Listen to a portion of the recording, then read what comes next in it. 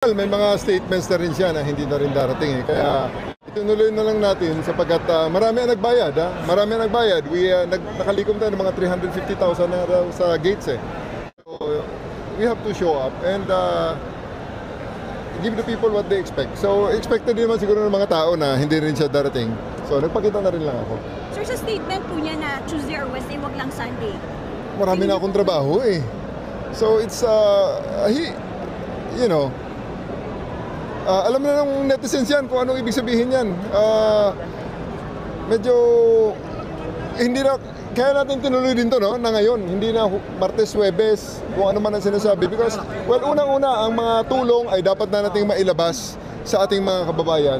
Dapat na nating mai-distribute. Kaya hindi makapaghintay yan eh. So, hindi na natin mahintay kung ano man ang schedule niya, ang schedule ng taong bayan ang ating susundin. Kanina doon sa ring may dagdag pang 300,000, so 16.3 ang cash natin. 16.3 million ang cash natin. Tapos meron tayong bigas, delata. Ang delata natin mga 2 truck eh.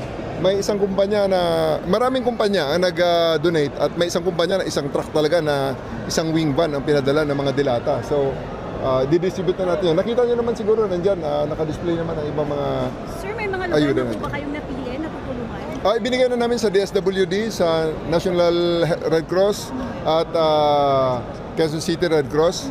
Mamaya ay pupunta kami sa Baseco, magdadala kami ng konting ayuda rin. Part ng ayuda ay dadalhin namin sa kanila. You know, may mga nagtatanong kasi, bakit ba itinuloy at kailangan pa ito? Well, unang-una, kami mga pulis ang first responder, nasa frontliners kami. Kaya nakita namin ang paghirap ng ating mga kababayan. And now, nang nag-issue ng ganung statement si Vice Mayor, nakita ko ang oportunidad kaagad na, uy, maganda ito.